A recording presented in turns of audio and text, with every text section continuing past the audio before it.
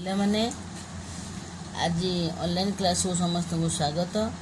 କାଲି ତୁମକୁ ଦେଇଥିଲି ମୁଁ 7, 8, 9 ତିନିଟା ହୋମୱାର୍କ ଦେଇଥିଲି। ପିଲାମାନେ ଆଉ ଥରେ ଦେଖ ତାକୁ କରିନେବା। 7 ନମ୍ବର ଅଛି ଖଣ୍ଡିଏ ପ୍ୟାଣ୍ଟ ତିଆରି ପାଇଁ ଯେତେ କପଡ଼ା ଲାଗେ ଖଣ୍ଡିଏ ସାର୍ଟ ତା ଅପେକ୍ଷା 85 ସେଣ୍ଟିମିଟର ଅଧିକ କପଡ଼ା ଲାଗେ। ଖଣ୍ଡିଏ ପ୍ୟାଣ୍ଟ ତିଆରି ପାଇଁ ଯଦି 1 ମିଟର 15 ସେଣ୍ଟିମିଟର କପଡ଼ା ଲାଗିବ, ତେଣୁ ତାର କ'ଣ କରିବା, ଆମେ ମାପର କପଡ଼ା ଲାଗିଲେ ପ୍ୟାଣ୍ଟ ସାର୍ଟ ତିଆରି ପାଇଁ କେତେ କପଡ଼ା ଲାଗିବ ଅଛି ପ୍ରଶ୍ନ। ଦେଖ, ଖଣ୍ଡିଏ ପ୍ୟାଣ୍ଟ ପାଇଁ 1 ମିଟର 15 ସେଣ୍ଟିମିଟର, ଖଣ୍ଡିଏ ସାର୍ଟ ପାଇଁ ତାଠାରୁ 85 ସେଣ୍ଟିମିଟର ଅଧିକ କପଡ଼ା ଲାଗେ। ତାହେଲେ କ'ଣ କରିବା ନା 1 ମିଟର 15 ସେଣ୍ଟିମିଟର ଯୋଗ 85 ସେଣ୍ଟିମିଟର ଦୁଇଟାକୁ ଯୋଗ କରିଦେବା। ଦୁଇଟାକୁ ଯୋଗ କରିଦେଲା ପରେ ସେଇଟା ହେବ କ'ଣ, ସାର୍ଟ କପଡ଼ା ହେଲା।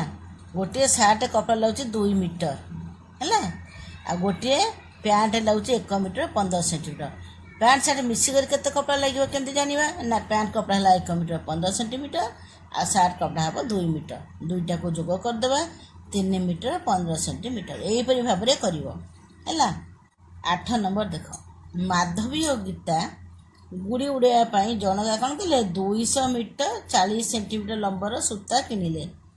ତାହେଲେ ଦୁହେଁ କେତେ ସୂତା କିଣିବେ? କ'ଣ କରିବା ନା, ମାଧବୀ କିଣୁଛି 200 ମିଟର 40 ସେଣ୍ଟିମିଟର ଆଉ ଗୀତା ମଧ୍ୟ ବି କିଣୁଛି 200 ମିଟର 40 ସେଣ୍ଟିମିଟର। ତାହେଲେ ଦୁଇ ଜଣଙ୍କରୁ ଆମେ କ'ଣ କରିବା ନା, ଆମେ ତ ଯୋଗ ଜାଣିଛେ, ଗୁଣନ ବି ଶିଖିଛେ, କିନ୍ତୁ ଦୁଇଟାକୁ ଯୋଗ କରିବା। 200 ମିଟର 40 ସେଣ୍ଟିମିଟର ଆଉ ଆର ବି 200 ମିଟର 40 ସେଣ୍ଟିମିଟର। କିନ୍ତୁ ତୁମେମାନେ ଯଦି ବି 200 ମିଟର 40 ସେଣ୍ଟିମିଟର ଇଣ୍ଟୁ 2 କରିଦେବ, ତେବେ ବି ଆମେ କ'ଣ କରିବା, ଉତ୍ତର ଠିକ୍ ପାଇବା ହେଲା। ଏବେ ଦେଖ, ଦୁଇଟାକୁ ଯୋଗ କରିକରି ଆମେ 400 ମିଟର 80 ସେଣ୍ଟିମିଟର କରିବା। 9 ନମ୍ବର ଦେଖ, ଗୋଟିଏ ଥାନରେ 40 ମିଟର କପଡ଼ା ଥିଲା। ମିନା କ'ଣ କଲା ନା, ଗୋଟିଏ ଫ୍ରକ୍ ତିଆରି କରିବା ପାଇଁ 3 ମିଟର 75 ସେଣ୍ଟିମିଟର କପଡ଼ା ନେଲା। ତେବେ ଥାନରେ କେତେ କପଡ଼ା ରହିଲା? କ'ଣ କରିବା ଏଇଟା? ଏଇଟା ମଧ୍ୟ ତୁମର କ'ଣ କରିବା ନା, ଗୋଟିଏ ଥାନରେ 40 ମିଟର କପଡ଼ା ଥିଲା, ଆଉ ସେ ଯଦି ଏତିକି ନେଇଗଲା ତାକୁ କ'ଣ କରିବା, ବିୟୋଗ କରିବା। ତେଣୁ 40 ମିଟର ବିୟୋଗ 3 ମିଟର 75 ସେଣ୍ଟିମିଟର କେତେ ହେଲା? 36 ମିଟର 25 ସେଣ୍ଟିମିଟର। ଏହିପରି ଭାବରେ ତୁମେମାନେ ବିୟୋଗ କରି ଜାଣିପାରିବ। ଆଚ୍ଛା, 10 ନମ୍ବର ଦେଖ ଅଛି କ'ଣ, 10 ନମ୍ବର ଅଛି ତୁମର ବିଦ୍ୟାଳୟର ପାଠ। ବିଦ୍ୟାଳୟ କେମିତି ଟେବୁଲ୍ ଗୋଡ଼ ମାପିବା, ତୁମ ଶ୍ରେଣୀ ଗୃହର ଓସାର ମାପିବା, କବାଟ ପାଖରୁ ଟେବୁଲ୍ର ଦୂରତା ମାପିବା, ଟେବୁଲ୍ ଠାରୁ ତୁମେ ବସିଥିବା ସ୍ଥାନର ଦୂରତା ମାପିବା, ଝରକା ପାଖରୁ ଟେବୁଲ୍ର ଦୂରତା ମାପିବା।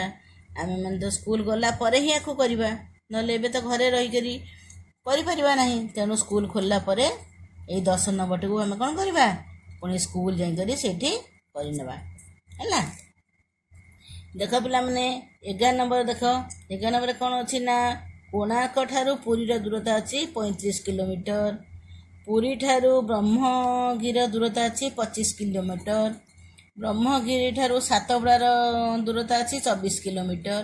ତେଣୁ ଆମେ ତ ଦୂରତା ଦେଇଛି ଆମକୁ ବହିରେ, ଆମେ କ'ଣ କରିବା ନା, ଚିତ୍ର ଦେଖି ନିମ୍ନ ପ୍ରଶ୍ନମାନଙ୍କର ଉତ୍ତର ଲେଖିବା। ପୁରୀରୁ ସାତପଡ଼ା କେତେ ବାଟ? ଆଚ୍ଛା, ପୁରୀରୁ ସାତପଡ଼ା କେତେ ବାଟ ଦେଖିଲ? ପୁରୀ ଏଠି ଆଉ ସାତପଡ଼ା ଏଠି, ତେଣୁ ମଝିରେ 25 କିଲୋମିଟର ଅଛି, 24 କିଲୋମିଟର ଅଛି। ତେଣୁ 25 ଯୋଗ 24 କରିଦେଲେ ଆମର ପୁରୀରୁ ସାତପଡ଼ା କେତେ ବାଟ ବୋଲି ଜାଣିପାରିବା। କେତେ ହେଲା? 25 ଯୋଗ 24 କେତେ ହେବ? 49 ହେବ ହେଲା। ତେଣୁ ଏଠି କ'ଣ ଲେଖିବ? 49 କିଲୋମିଟର। ଖଟା ଦେଖ ସେମିତି, କୋଣାର୍କରୁ ପୁରୀ ଦେଇ ବ୍ରହ୍ମଗିରି କେତେ ବାଟ? ଆଚ୍ଛା, କୋଣାର୍କ ହେଲା 35 କିଲୋମିଟର। ସେ କ'ଣ କହିଛି? ପୁରୀ ଦେଇ କଲେ ପୁରୀ ଠାରୁ ବ୍ରହ୍ମଗିରି ହେଉଛି 25 କିଲୋମିଟର। ତାହେଲେ କୋଣାର୍କରୁ ଇଏ ହେଲା 35 କିଲୋମିଟର, ଇଏ ହେଲା 25 କିଲୋମିଟର। ତାହେଲେ ଦୁଇଟାକୁ ଯୋଗ କରିଦେବା। ଦୁଇଟାକୁ ଯୋଗ କରିଦେଲେ ଆମର କେତେ ହେବ? କୋଣାର୍କରୁ ପୁରୀ ଦେଇ ବ୍ରହ୍ମଗିରି କେତେ ବାଟ କଲେ ଜାଣିପାରିବା। ବୁଝିପାରିଲ ତ? 35 ଆଉ 25 କେତେ ହେବ? 5 5 10 0 1 3 2 5 6 60 କିଲୋମିଟର ହେବ। ତାହେଲେ ଖଟା ହେବ 60 କିଲୋମିଟର। ଗଟା ସେମିତି ଦେଖ, ସାତପଡ଼ାରୁ କୋଣାର୍କ କେତେ ବାଟ? ସାତପଡ଼ା କେଉଁଠି ଦେଖିଲ ପିଲାମାନେ? ଏଇଠି ଅଛି ସାତପଡ଼ା। କୋଣାର୍କ କେଉଁଠି ଅଛି? କୋଣାର୍କ ଅଛି ଏଠି। ଆଚ୍ଛା, ତାହେଲେ ସାତପଡ଼ା କୋଣାର୍କ କେତେ ବାଟ? ତାହେଲେ ଆମେ କ'ଣ କରିବା ନା, 24 କିଲୋମିଟର ଯୋଗ 25 କିଲୋମିଟର ଯୋଗ 35 କିଲୋମିଟର। ତିନିଟାକୁ ଯୋଗ କରିଦେଲା ପରେ ଆମେ କ'ଣ କରିବା, ସାତପଡ଼ାକୁ କୋଣାର୍କ କେତେ ବାଟ ବୋଲି ଜାଣିପାରିବା। କାହାକୁ ଯୋଗ କରିବା ନା 24 ଯୋଗ 25 ହେଲା 49, 49 ଯୋଗ 35 ଯେତିକି ହବ ସେଇଠି ଘରେ ଲେଖିବା ହେଲା। ସେମିତି ଘଟାକୁ ଆମେ କରିବା, ମୁହଁଟା କରିବା, ଛଅ କରିବା, ଛଅ କରିବା। ଏହିପରି ଭାବରେ ଆମେ ସବୁ ଯାକ କରି କରି କ'ଣ କରିବା କପିରେ ଲେଖିବା। ଆଉ ସ୍କୁଲ ଖୋଲା ପରେ ତାକୁ ପୁଣି କ'ଣ କରିବା ଦେଖି ଚେକ୍ କରିବା। ସମସ୍ତେ କରିଥିବ, ମୁଁ ସ୍କୁଲ ଖୋଲା ମାନେ ସମସ୍ତଙ୍କ ଖାତା ଚେକ୍ କରିବି। ଆଜି ପାଇଁ ପାଠ ଏତିକି, ପୁଣି କାଲିକି ଦେଖିବା।